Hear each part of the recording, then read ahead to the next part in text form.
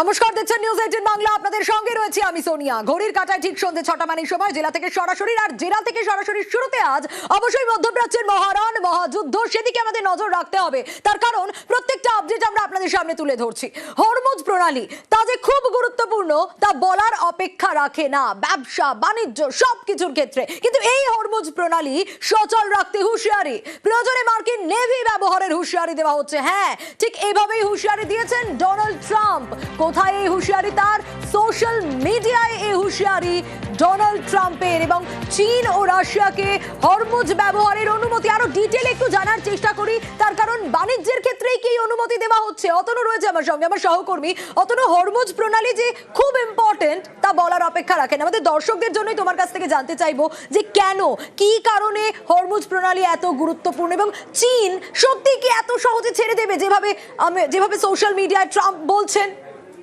না, ছেড়ে দেওয়ার তো পুরো প্রশ্নই উঠছে না চীনের। তার কারণ তুমিই বলছিলে যে হরমুজ প্রণালী কতটা গুরুত্বপূর্ণ। আমরা যদি দেখি যে সারা বিশ্বে যে তেল সরবরাহ হয় তার বেশিরভাগটাই এই হরমুজ প্রণালী দিয়ে। কেন?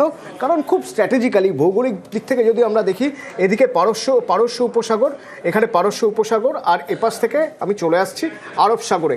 মাঝখানের এই জায়গাটি চওড়ায় খুব বেশি হলে 30 থেকে 40 কিলোমিটার হবে। এই জায়গা দিয়ে জাহাজ যেতে গেলে তাহলে পুরোপুরি এখানে চতুর্দিকে এখানে অয়েল রিফাইনারিগুলো রয়েছে, এখানে এই জায়গাগুলো অয়েল রিফাইনারি রয়েছে, যেখান থেকে তেল নিয়ে এখান থেকে বেরিয়ে কোথায় যায়? বেরিয়ে বিভিন্ন দিকে যায়। বেরিয়ে যাচ্ছে ভারতে, আসছে, বেরিয়ে যাচ্ছে চীনের কাছে যাচ্ছে। মানে ম্যাপের এই দিকে যে দেশগুলো রয়েছে সব দেশে তেল সরবরাহ করতে গেলে এই জায়গাটা গুরুত্বপূর্ণ। এবার এই জায়গার দখল যদি কেউ নিয়ে নেয়, তাহলে এখান থেকে এদিকে জাহাজ আসতে বা এদিক থেকে এপাশে জাহাজ যেতে গেলে, মানে আরবিয়ান গালফ বা পার্সিয়ান গালফে জাহাজ যেতে গেলে বেগ পেতে হবে, বলা ভালো সেই দেশের পারমিশন নিতে হবে। সেই জন্যই ইরান এখানে ঘাঁটি কেড়ে বসে রয়েছে। বলা হয়েছে এখান থেকে একমাত্র চীনকে ছাড় দেবে। যে জাহাজগুলো তেল নিয়ে চীনের কাছে যাবে, ইরানের দাবি শুধুমাত্র তাদের ছাড় দেওয়া হবে, আর কাউকে কোনোভাবে ছাড় দেওয়া হবে না। আমেরিকা এখন চাইছে যে এই শুধুমাত্র চীনের কাছে তেল যাচ্ছে, বাকি কেউ পাচ্ছে না, এটা আটকাতে।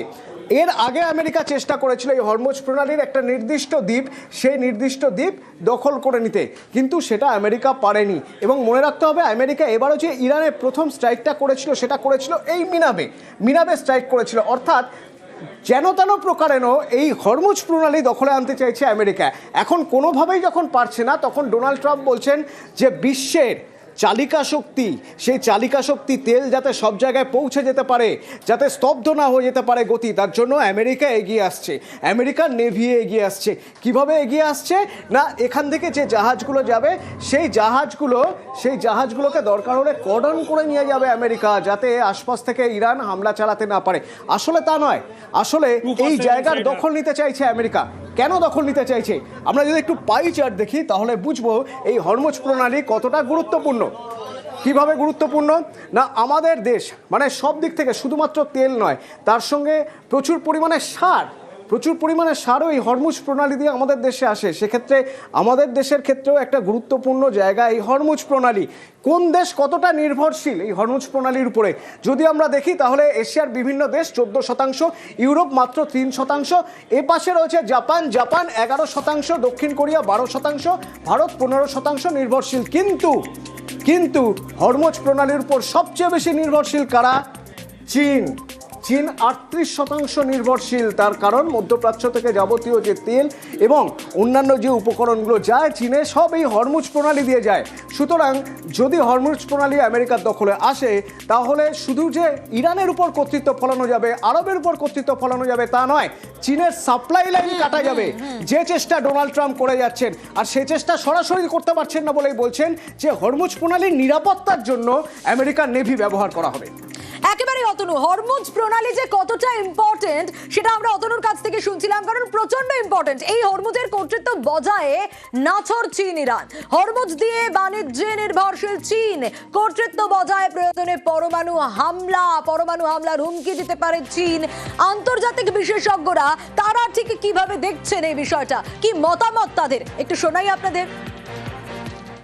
হরমুজ প্রণালী এখনো ইরানের কন্ট্রোলে আছে, কিন্তু আমেরিকা চেষ্টা করবে যে সেটাকে ইরানের কন্ট্রোল থেকে বার করে নিজের কন্ট্রোল প্রত্যক্ষভাবে নাও আসে ইসরায়েল বা ইউএই সংযুক্ত আরব আমিরশাহীর হাতে কিছুটা কন্ট্রোল তুলে দিতে।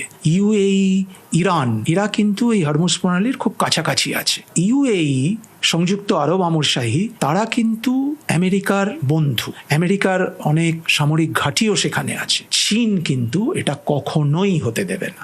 হরমুজ প্রণালীর কন্ট্রোল যদি ইসরায়েল, ইরান বা ইউএইর হাতে চলে যায়, সেটা কিন্তু চীনের অর্থনীতির পক্ষে একটা মারাত্মক ব্যাপার হবে। সেক্ষেত্রে চীন অল আউট যদি যেতে হয়, আমরা ঠান্ডা যুদ্ধের সময় দেখেছি অনেক সময় আমেরিকা বা সোভিয়েত ইউনিয়ন পারমাণবিক হুমকি দিয়েছে, দিয়ে অন্য পক্ষকে পিছিয়ে এনেছে। আমার ধারণা চীন কিন্তু একটা আলটিমেটামের দিকে যাবে। চীন একটা হুঁশিয়ারি দেবে, প্রয়োজনে পারমাণবিক হুঁশিয়ারি দেবে, রাশিয়াও তাই করবে। আচ্ছা, এর প্রভাব বাজারে কিভাবে পড়তে পারে, কতটা পড়তে পারে? বাজার বিশেষজ্ঞ অনির্বাণ দত্ত তিনি কিভাবে দেখছেন এই গোটা বিষয়টা, দেখুন। ট্রাম্প বলছেন আর কয়েকদিন পরেই হয়তো যুদ্ধের পরিসমাপ্তি হবে, 4 সপ্তাহের কথা বলা হচ্ছে। সেই জায়গাতে দাঁড়িয়ে তেলের দাম হয়তো কমে যেতে পারে।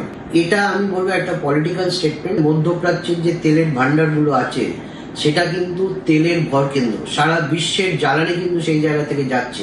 হরমুজ প্রণালী যদি বন্ধ হয়ে যায়, দীর্ঘদিন বন্ধ থাকে, তাহলে প্রত্যেকটা দেশ ক্ষতিগ্রস্ত হবে। তাদেরকে একটু আস্থা দেওয়ার জন্য হয়তো ট্রাম্প এই মন্তব্যটা করেছেন, কিন্তু আজকের দিনে দাঁড়িয়ে সেরকম কোনো সম্ভাবনা নেই। ভারতবর্ষের অর্থনীতিকে চাঙ্গা করবার জন্য সরকারের যে প্রচেষ্টা, সেই প্রচেষ্টা যাতে বাধাপ্রাপ্ত না হয়, তাতে যাতে এমপ্লয়মেন্ট অপরচুনিটিস ক্রিয়েট হয়, সরকারের এই দিকগুলো দেখতে হবে।